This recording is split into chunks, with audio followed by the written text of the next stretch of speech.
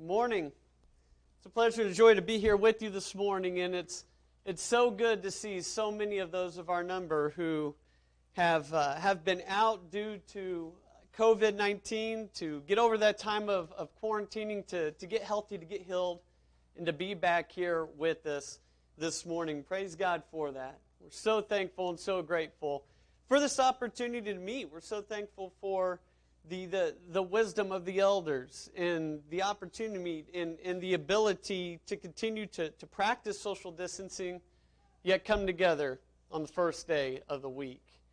You know, as we enter into this hour of worship this morning, that's something that's been on our minds for a while.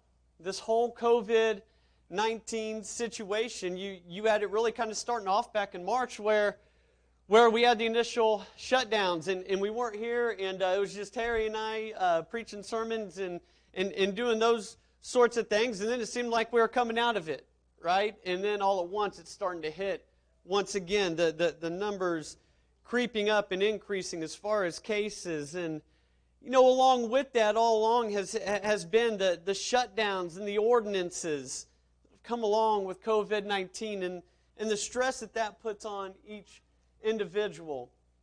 And then you start looking at the different leadership that is out there, and the immoral leadership, and some would say some of the unwise leadership within our country is what I'm talking about. And so it gets one to start to think about this country, the path that it's headed down, and everything like that. How is COVID-19 going to play into this? We're in the middle of an election year, all those sorts of types of things. And so it gives us reason for concern. But you know, I want us to look at an example in the story this morning of an individual who really throughout his entire life went through political change and political unrest, went through a less than ideal situation, and that being Daniel. You think of Daniel and what he went through.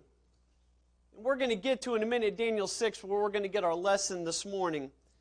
But Daniel's starting off in Daniel chapter 1, whenever he was taken from his homeland, as a teenager, some would say, at the oldest, he was in his lower 20s. So he was a young man when he was taken from his home in Jerusalem. And not only was he taken from his home, but then he was forced to serve a foreign king. He was forced to serve under this foreign leadership. And then he stays in that throughout his life. You go through Daniel chapter 2, Daniel chapter 3, Daniel chapter 4, 5, even getting into Daniel 6, and we see that he's an 80, 90-year-old man still under foreign control, not in Jerusalem, having to serve foreign kings. But one of the things that we see with Daniel, and throughout it, not only was it foreign kings, but it's different kings. It's different kingdoms. Once it's Babylon, and then it becomes the Medo-Persians near the end, right? But you think of Daniel and his character and the way that he handled himself throughout. What you see is an unchanging child of God. Daniel was consistent throughout it all. He never changed. He never wavered in his character, in his way of handling and dealing with the situation he was in. That's something that we need to take heart of, that we need to take notice of as we go through this time, because we don't know what the future holds. We don't know if this is the beginning of a continued downward spiral. I'm not trying to be pessimistic. I'm just trying to tell us we don't know. And we've talked about those ideas throughout. We don't know what tomorrow holds and all those types of things. But I want to do a character study this morning of Daniel and look at how an individual handled himself properly throughout. The unchanging child of God, that character that we see in Daniel. And like I said, I want to do this by looking at Daniel chapter 6. And as we read through here, verses 1 through 5, we're going to go back and we're going to reference other accounts throughout the first 5 chapters of Daniel. But we see that he has the same character. He acts in the same way throughout.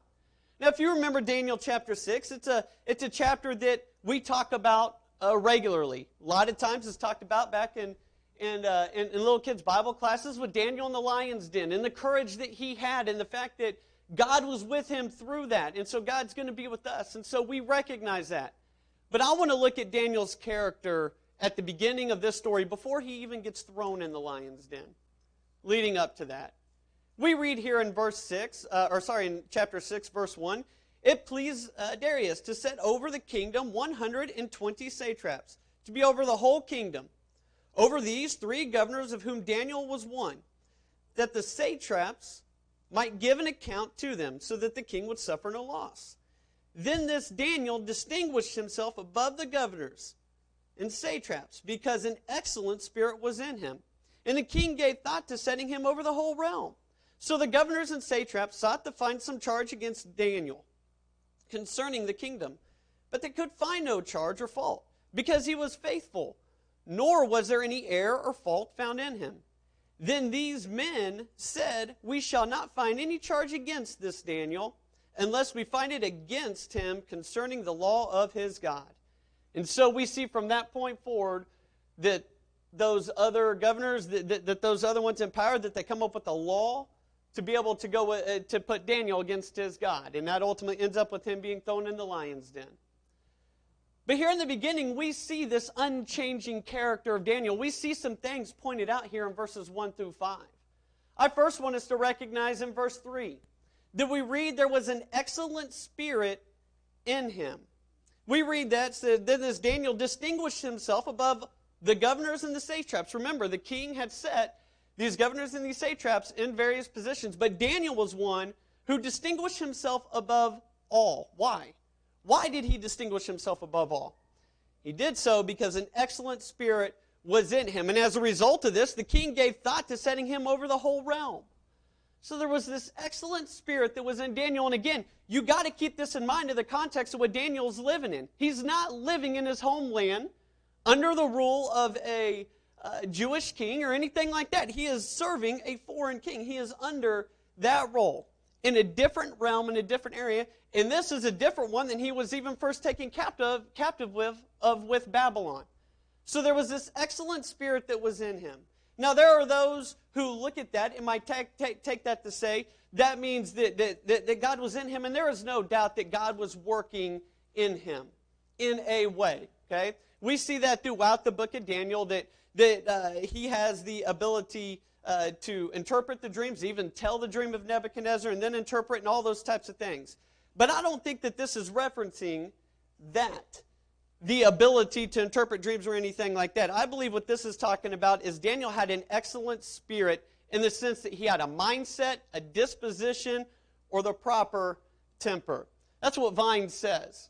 Vine says that this word here, spirit, means mindset, disposition, or temper.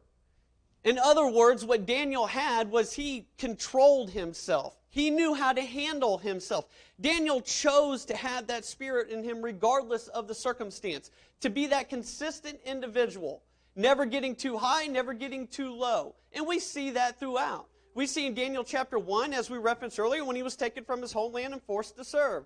We see that in Daniel chapter 2, whenever Nebuchadnezzar had a vision or a dream, and it was told that the wise men had to tell him the dream and then interpret the dream, and if they didn't, then they would be killed. Daniel would have been pulled into that. But what was Daniel's response to that? Was it in anger? Was it in frustration? No, he had that calm, cool demeanor, that disposition to petition his God, to ask for the ability to petition his God, and that if God would give him that ability, that he could tell him. And so we see that working through. We even see that in Daniel chapter 1, that he was taken from his homeland, forced to serve, but he had that calm demeanor and disposition throughout. Daniel chapter 4, whenever Nebuchadnezzar has another dream, Nebuchadnezzar giving that account there, and Daniel telling him what was going on, and then in Daniel chapter 5, interpreting the writing on the wall. What we see here is a consistent, never too high, never too low individual, unchanging. Emotions didn't get the best of him. You got to think him being in that situation that it wouldn't be ideal. He's serving foreign gods and foreign kings. You got to think that he's sitting there thinking some of the decisions that they're making are unwise. Not only that, but they don't serve the God of heaven. All those types of things, but yet we don't see Daniel get overly frustrated to the point where he pops off on him or anything like that. He had an excellent spirit within him. And we see that that's how we are to be as Christians.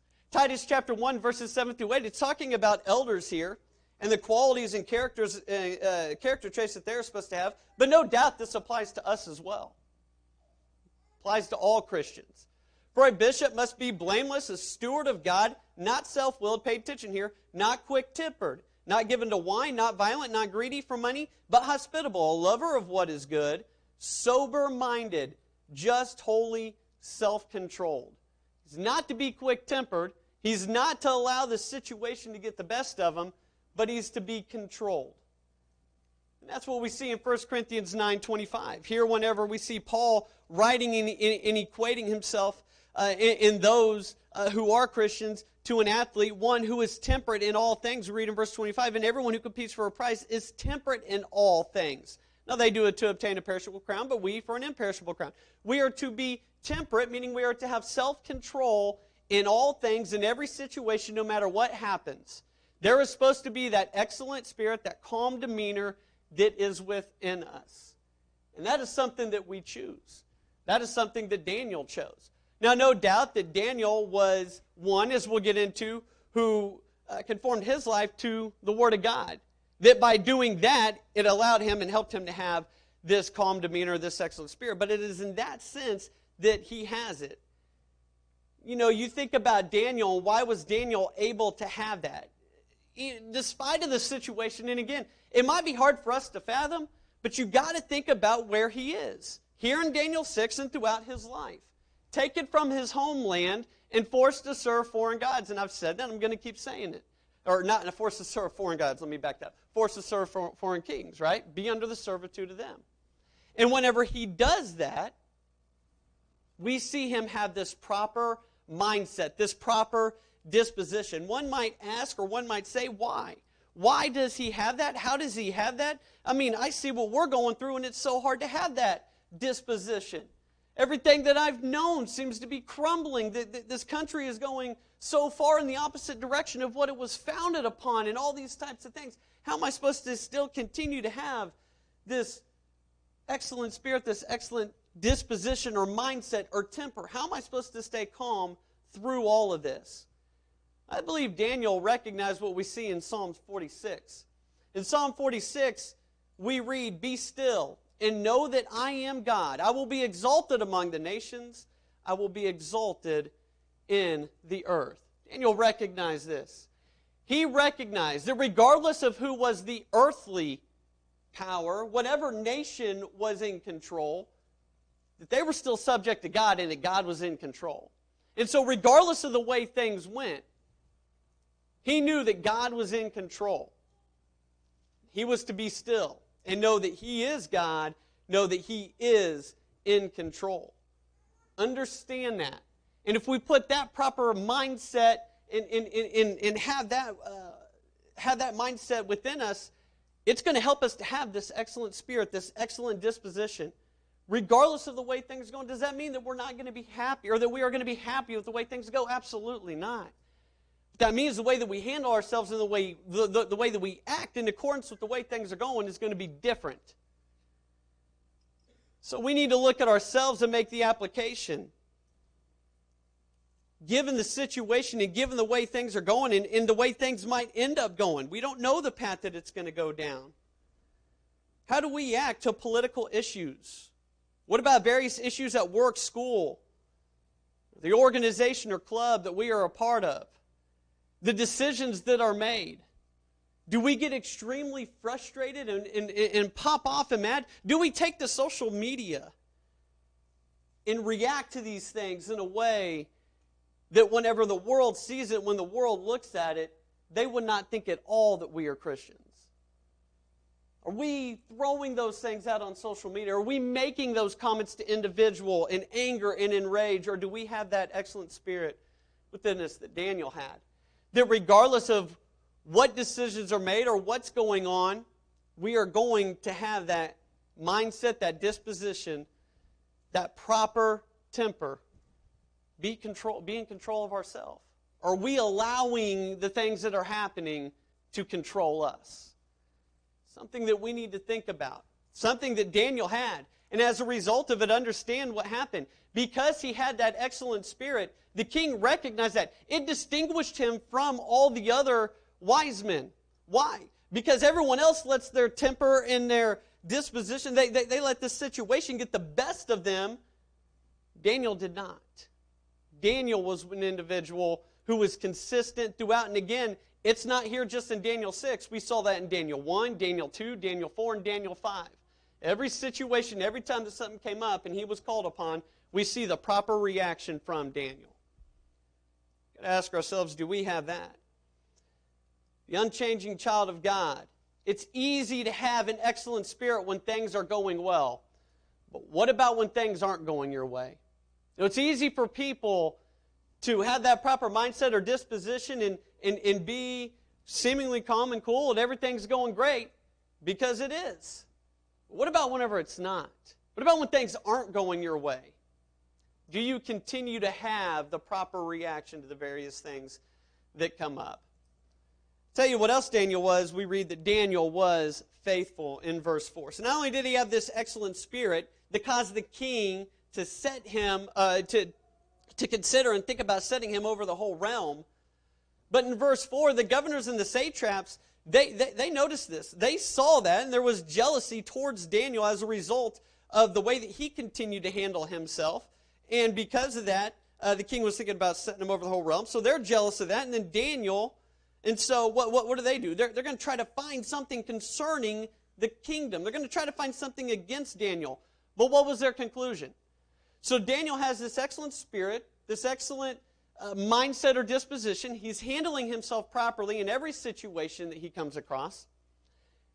And so that's going to make these jealous. And so they're going to try to find some way to pin something against Daniel, against the kingdom, against the king, that would allow them to tear down Daniel's character. But what do we see? What do we see mentioned?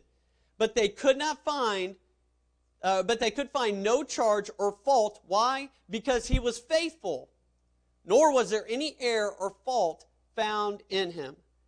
Daniel was a faithful individual. There was no error, there was no charge, there was no fault that they can find in him. That speaks to his excellent spirit that he had. But not only did he have this excellent spirit, he was also a faithful individual. And what that means is he was trustworthy. He was faithful to the king and to the dealings. He was faithful in the position or role that he was given. He never did anything within that position or within that role, or anything even outside of it, but certainly within that would allow these individuals that were trying to come after him to tear him down, to bring him down. He didn't do anything like that. He was one who was trustworthy. Nebuchadnezzar trusted him. You see that throughout. Now, obviously, with Nebuchadnezzar, Daniel had the ability, through the blessing of God, to be able to tell him his dream and all those types of things. But no doubt that Nebuchadnezzar looks at and trusts Daniel over the other wise men. Not only that, but we see it here with King Darius, that he trusted him. He was a trustworthy individual. He was an individual that was known to do his job, again, regardless of the circumstance or situation that he was in. He's serving foreign kings. He's not in his homeland. And he's trying to serve God while he's doing that. But yet, he was faithful and he was trustworthy. There's 2 points that I want to point out with regards to this faithfulness or the trustworthiness of Daniel. One, we see that Daniel did exactly what he was supposed to do. They couldn't find any fault against him within regards to his job, his position within the kingdom. Daniel was entrusted with some things, and those things in which he was entrusted with, he handled properly. There was nothing that the men who were trying to find the fault to pull him down could find against him. Everything that the king entrusted with him, Daniel did properly. We are to be faithful in what we have been entrusted with as well. If you look over in Luke chapter 16, we have an account, a parable that Jesus tells in verses 1 through 13. And we get down to verses 10 through 12, and I really want to point out the point of this whole parable. But throughout this parable, what you have is you have this master who hears an account from one of his stewards that they are being unjust, that they aren't doing what they should be with their position, with what they have been given stewardship of. And so this master says he's going to have to kick him out of the house or take it away and all those types of things. And so what that steward does is he goes around and he tries to go and deal and act in a wise manner. And his master commends him for it. And he's not commending the way that he was, being lazy and being unjust and all those types of things, but he commends him for being wise or being shrewd in what he had time left to do. So, what's the conclusion Jesus says at the end of this parable? He who is faithful in what is least is faithful also in much. And he who is unjust in what is least is unjust also in much. Therefore, if you have been faithful in the unrighteous mammon, who will commit to your trust the true riches? And if you have not been faithful in what is another man's, who will give you what is your own? What Jesus comes to the conclusion of, and what he says is, a lazy man, a worldly man, understands how to act in a wise way with those things that he has been given in the limited time that he has with them. How much more so should the child of God be able to act and understand how to properly handle that which he has been given stewardship of? We are to handle that which we are stewards of in a wise manner, whether that be our position, whether that be financial blessings that we have been given, whether that be abilities that we have, the talents that we've been blessed with. We are to handle that and use that in a wise, just manner. That is what the point of the parable is, and that's one of the things that we see Daniel doing. That which he had been given control of, that which he had been entrusted with, he handled it in a proper, wise way. It wasn't to benefit himself. He did it by what means the king would want done with it. And so we need to ask the question, are we wise in handling those things that we've been entrusted with? What about our jobs, school, or other positions that we might hold? Does the circumstance change how we handle what has been entrusted to us?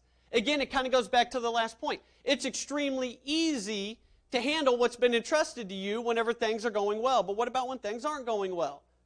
Like the situation that we have right now. If things aren't going well, do we continue to handle them in a responsible way? The responsibilities that we have at work. Things are going great. It's real easy to continue doing what you're supposed to do. What about when things aren't going good?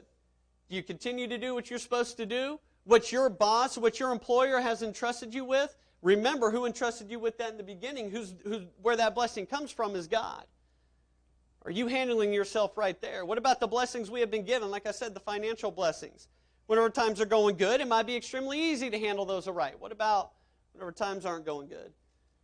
Are we still handling ourselves right in all those situations? So there is the sense, and we recognize that Daniel was faithful. Because he handled himself properly or in a trustworthy way with that which he had been given every single time, the Chaldeans, or those who were trying to pull him down, the other governors and satraps, they couldn't find a reason to pull him down. Why? Because he was faithful in all his dealings. It didn't change. It didn't make a difference regardless of whatever was going on around him. What he had been given, he handled rightly. But not only that, I want us to recognize this. He submitted to the authority. He never acted out of his role. No doubt whenever these men are going to be looking at Daniel and trying to pull him down, they're really trying to pin him against the king, right? They're trying to find something to pin him against the king so then they can go tell the king, hey, Daniel's doing this, by the way, and make him look bad and hopefully pull him down. Well, if Daniel was faithful, then what that tells us is he submitted to the authority of the king. He never acted outside of his role. The king was the authority, and Daniel understood that the king was the authority that God put in place. And as a result of that, he submitted to that authority. He did not usurp that authority's power. He did what the authority would want to do with what he had been given. Not only that, but he submitted to that rule. Even if he thought that rule was unwise and unsmart and illogical, he submitted to it. We see that we're supposed to do the same thing. And we read over in Romans 13, verses 1 through 3. Romans chapter 13, verses 1 through 3. Let every soul be subject to the governing authorities, for there is no authority except God, and the authorities that exist are appointed by God. Therefore, whoever resists the authority resists the ordinance of God, and those who resist will bring judgment on themselves. For rulers are not a terror to good works, but to evil. Do you want to be unafraid of the authority? Do what is good, and you will and you will have praise from the same. Verse 4, for he is God's ministers, he being the authority, is God ministers to you for good. But if you do evil, be afraid, for he does not bear the sword in vain. For he is God's minister, an avenger to execute wrath on him who practices evil. Understand what's being said here. We have authorities put in place for our protection, for our good, and we are to submit to that authority. And if we don't, whose will are we going against? We're going against God's will, because God put that authority in place. We continue and we look over in 1 Peter chapter 2, verses 13 through 16, and we see something very similar. Therefore, submit yourselves to every ordinance of man for the Lord's sake, whether to the kings as supreme, or to the governors, as to those who are set by him for the punishment of evildoers and for the praise of those who do good. For this is the will of God, that by doing good you may put to silence the ignorance of foolish men, as free, yet not using liberty as a cloak for vice, but as bondservants of God. Honor all people, love the brotherhood, fear God, honor the king. We see the same principle laid out. The civil authorities are there for our good, and we are to submit to them. Why? Because it is the will of God. And by doing so, you may put to silence the ignorance of foolish men. What we need to recognize and what we need to understand is we have the right to vote in this country. We have a say, and that is great. And we need to exercise those rights that we have within that law. But unless there is something done that goes against the law of God, we must submit. After that election is over, after that law has been enacted and put in place, and the authorities are there, and that's one of the things that's pointed out here in 1 Peter, you have the rulers or the kings, the supreme, and then you have governors who are sent out and go out and enforce these rules. We are to submit to those rules. Why? Because God put them in place for our good and for our safety. And then by doing so, anybody who would try to come after us is saying, just look at that individual. They're irreverent. They have no respect for authority. They don't listen to them. They don't listen to law. They have nothing that they can hold against us. You recognize that's what Daniel did? Daniel submitted to the king's authority.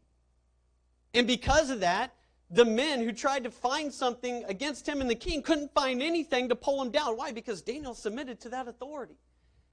As a result, God was able to exalt him and use Daniel in that way. We are to submit to the authority. One thing that I do want to point out is this, in 1 Peter chapter 2, but it's the whole book, 1 Peter, you got to remember the context and what it's written in. The book starts off talking about the fact that they're going through these various trials, and that these trials, that one of the things they do is they do prove the genuineness of your faith. But you're going through it. But stay strong even in the midst of these trials. Why? You stay strong in the midst of these trials because you don't forget who you are. You're a child of God. Stay strong. You've been baptized, and as a result of that, you're a child of God. You have a home of heaven when this life on earth is over. But remember this, you are a child of God, you are submitting to me, and I'm telling you to submit to the authorities. Don't act outside of that. And that's one thing that we need to understand.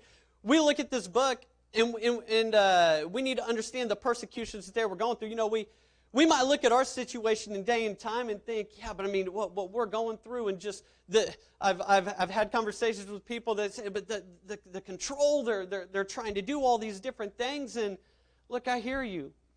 One of the things that we need to understand is whenever a law is enacted, whenever it is put in place, we need to submit to it, because in doing so, we're submitting to God. He is the true supreme ruler, and He's the one that put these people in place. And if they act outside of their authority, they are going to have to answer to that for God.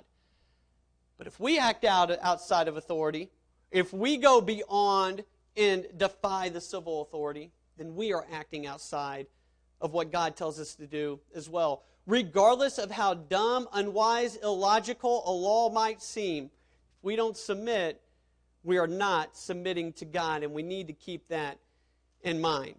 Understand that what those people were going through whenever Peter's writing that letter to them is a persecution of the Romans. And you think of Nero, of what he did as emperor, the burning the Christians. the blaming them for various things, and then this all-out persecution and war and killing of Christians.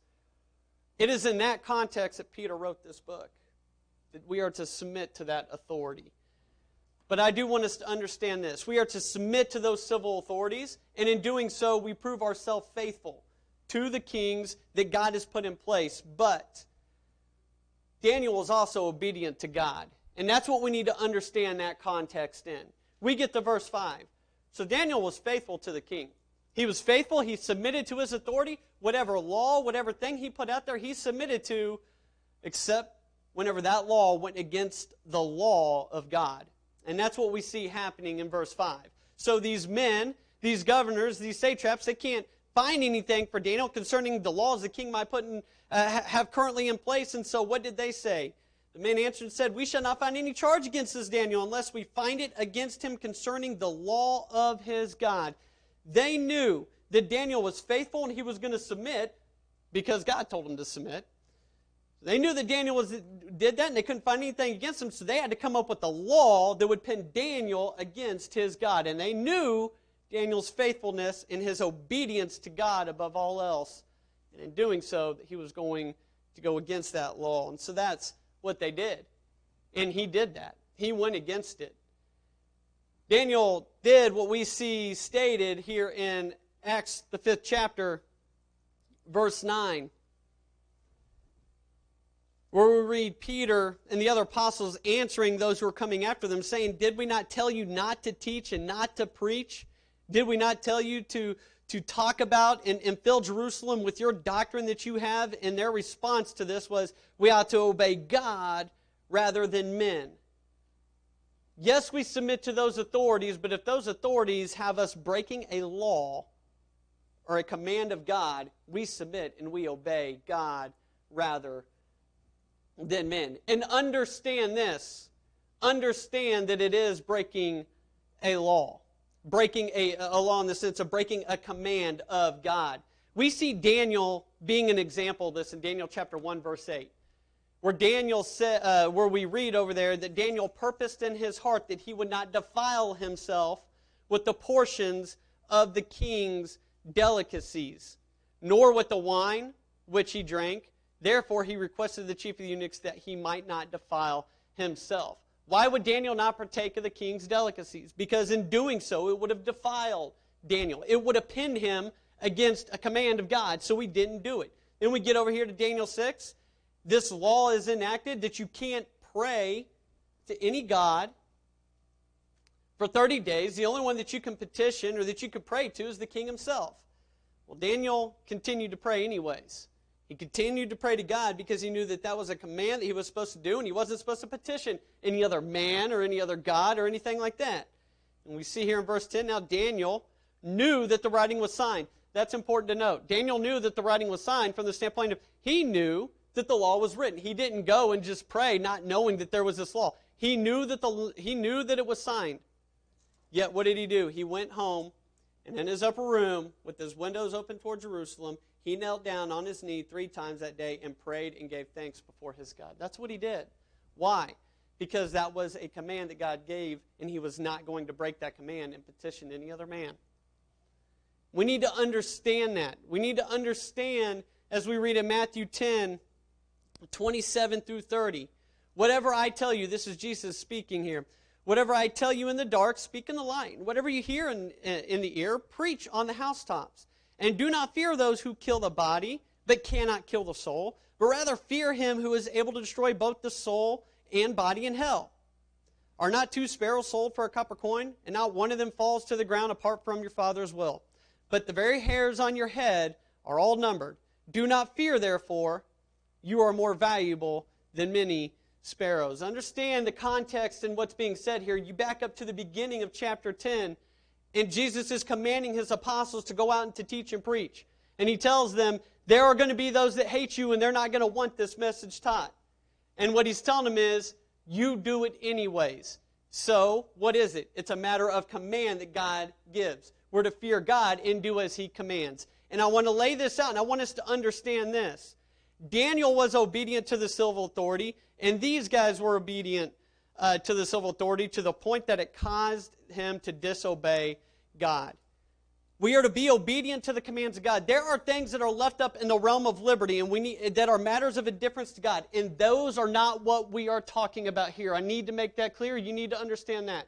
Matters of indifference to God, matters of liberty to God, that is not something that we submit to God over men. If it's a matter of indifference or liberty to God, He put that civil authority in place to protect us, and we submit to it.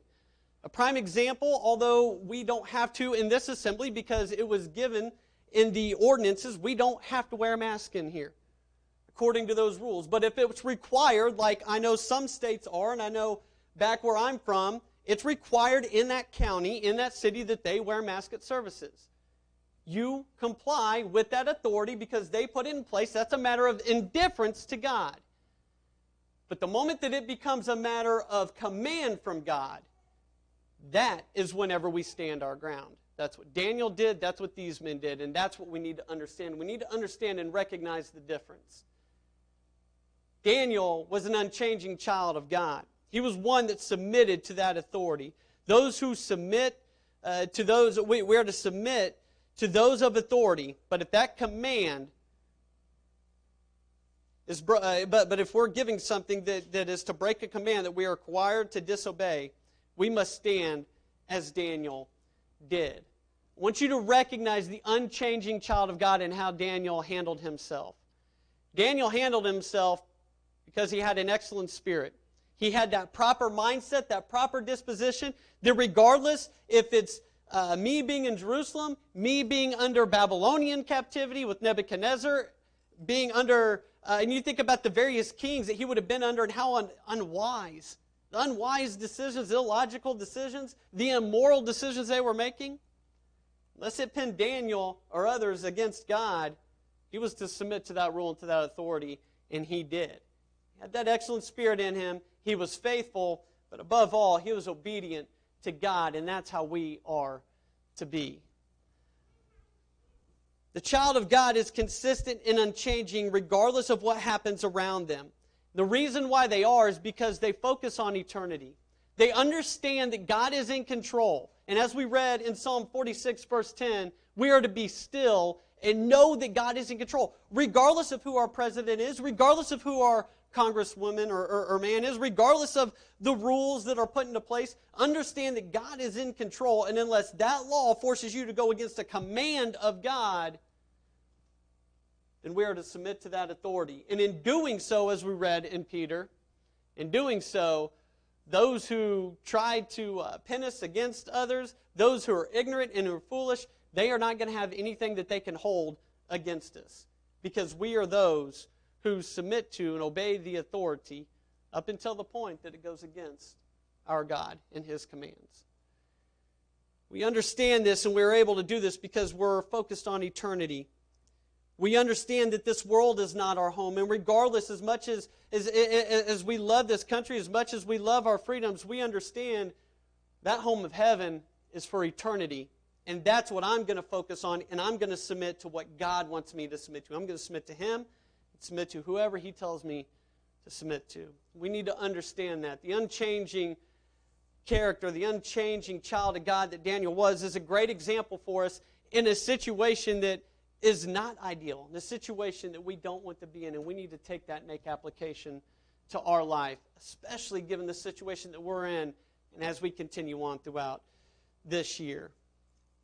You know, before one can become that unchanging child of God, though, one must become a child of God. And we're told that we do that by being baptized in the name of Jesus Christ. As we see in Acts chapter 2, we repent of those things which we are doing, those things which have separated us from God, as we see in Isaiah 59, verses 1 and 2.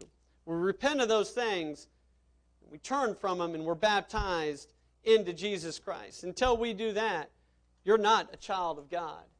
Have you done that? Have you been baptized for the remission of sins this morning? If you have not, you can come forward and do so this day, this morning. But if you have, and you have slipped and you have fallen away, we can pray for you, we can pray with you. If we can help in any way, we ask that you come forward as we stand and sing the song this morning.